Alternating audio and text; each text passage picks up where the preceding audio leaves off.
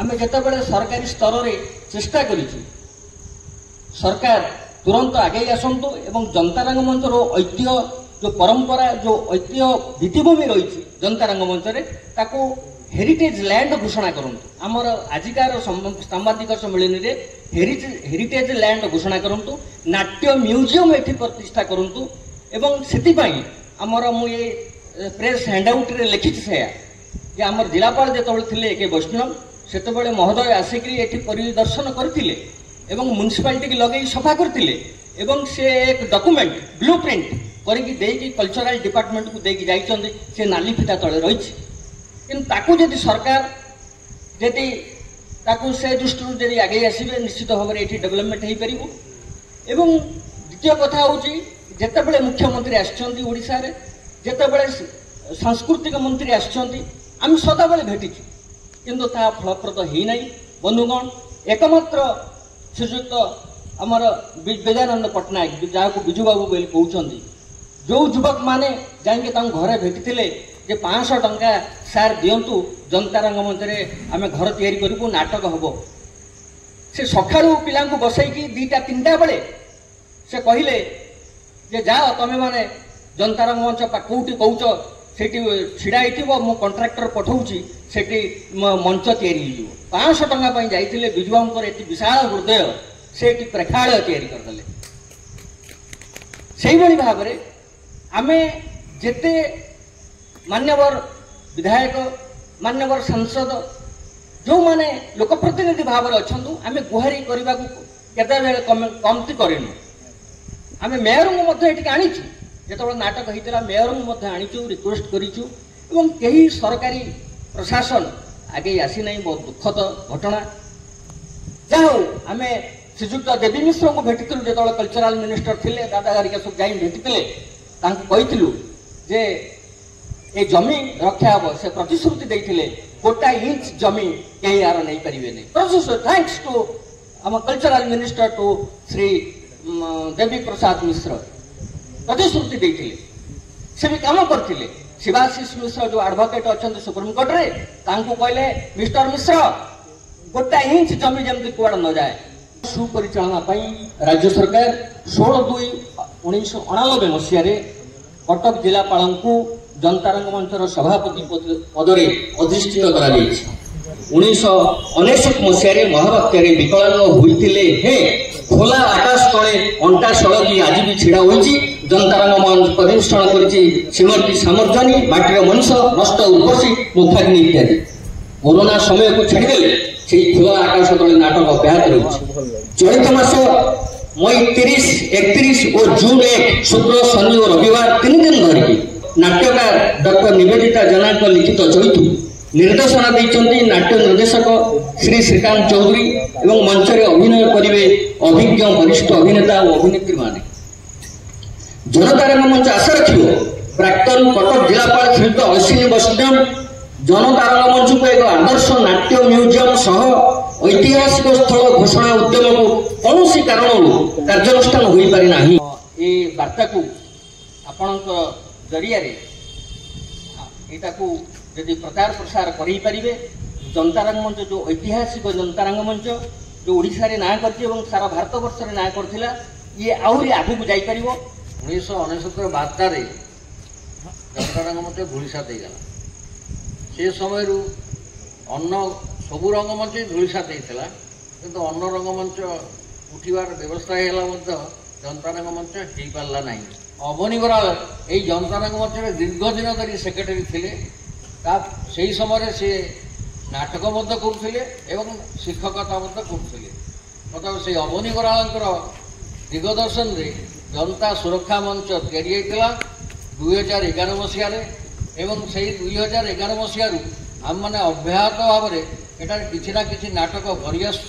एवं नाटक लोक पाखे पसंद होमें किपरि भाव में जनता रंगमंच को आगे नहीं जावा आम जो मैंने चेष्टा कर चलीचु आपण मान साहाय्य सहानुभूति एगुड़िक रही आम निश्चित भाव में कृतकार्य हूँ मु विशेषकर आम सांबादिक भाई मान को अनुरोध करी आम चेष्टा करूँ यही जनता रंगमंच को केमी पुणी गोटे भल ऑडिटोरियम एटाको तैयारी करी एटी भल नाटक करूँ किसी बंधु आम सागर हाथ मिलते आपण मान हाथ को आम अनईचु जदि आपण मैंने आम सागर हाथ मिलाते आम सागर जदि आमको साथ दिंते आम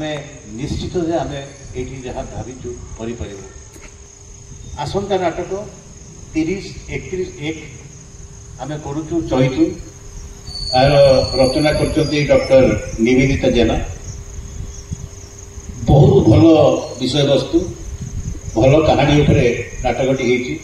आपण मैंने आम सांगे रहतु आमको टिके सहयोग करूँ साहाय्य करूँ एवं आमर समस्त वार्ता नाटक जो संवाद टिके कटक सहरवासी तथा ओडावासी पाखे पहुंचातु एति मात्र मोर अनुरोध आशा रखुची जो अंततः आम समस्त जो उद्यम करवा कटकर ऐतिह्य परंपरा रक्षा करुवा उज्ज्वलित कर जनता रंगमंच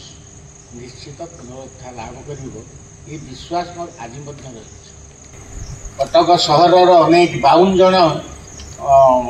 जो मैंने शांति कमिटर सभ्य ग्राम मुरबी डाकी स्थान बैठक करूँ से अनेक प्रतिश्रुति होते आम फाइनान्सियली साहाय्य करूँ आपण आगातु कहीं यहाँ कटकर सम्मान और प्रस्ताव दिन थिला कटक थिला कहवा जे मंच नाटकर पेंठस्थल यू अनेक कलाकार सृष्टि होती विशेष जनता रंगमंच कथा कहवा ए रंगमंच क्या कौ कलाकार को ओडिशा भेटी देछि एवं वर्तमान जो परिस्थिति अच्छी कौन आशा रही आपण मैंने जानती मंच होउची कलाकार मानकर चाटशाली एउठू विगत रे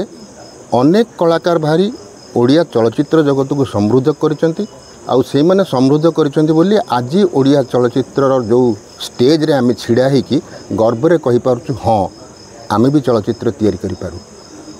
कटक रे मात्र 3टी हॉल थिला गोटे होची अन्नपूर्णा गोटे होची कलाश्री गोटे होची जनता थिएटर ये जो जनता रंगमंच यहाँ कटक सहर पूरा छाती उपर अच्छी जनतार नटवर सेन निरंजन शतपथी शरत महांती सर अपा जानकी अपा लक्ष्मी अपा एमाने सबू एउठू बाहरिकी आम चलचित्र जगत को समृद्ध कर कारण से चाटशाली पढ़ी तेणु से फेल मारि नथिले आज किंतु आपण मैंने बर्तमान पछपटे देखिपे आम कौ भाई अवस्था ये नाटक करुचु अति कष्ट केवल मंचटी करूँ कौन आप आशा रखुंट कौन चाहते आशा तो अनेक कारण एठी आम जीवन तैयारी ही आज्ञा सुतरां आशा तो बहुत अच्छी आमे आम निज प्रचेष्टार अन्य काहाठू किसी न नहीं सरकार कौन प्रोत्साहन नथाई आपड़ जो पछरे देखुं जो मंच से मंचटा को आम कौन मत नाटक उपयोगी करूँ नाटक करूँ किंतु आम सरकार साहाय्य एवं दर्शक मान साहाय्य यदि मिल तेल आमर स्वप्न होची एठी गोटे शीतताप नियंत्रित प्रेक्षालय करूँ केते दूर हो पार कौन हम से कथा तो आम कहीपर कि आम प्रचेषा जारी रही हाँ 2008 आम समस्त चिंता करूँ ना आम पुणी अंटा भिड़ा कि करवा तो से आम ये नष्ट उर्वशी कलु माटीर मनीष कलु आ गोटे कौन श्रीमती समार्जनी कलु एवं सेटा पेटेंट मेडिसिन तेणु से दर्शक मान द्वारा बहुत भल भाव में आदृत होता से आमको इन्स्पिरेसन मिलता आमको टे से उत्साह मिले ना आम ये किसी कर निकट अतीत सर केबे चलता लास्ट बंद आम प्राय 10 वर्ष 11 वर्ष है माने 13 मसीहा कि 14 मसीह आम ये किसी करूँ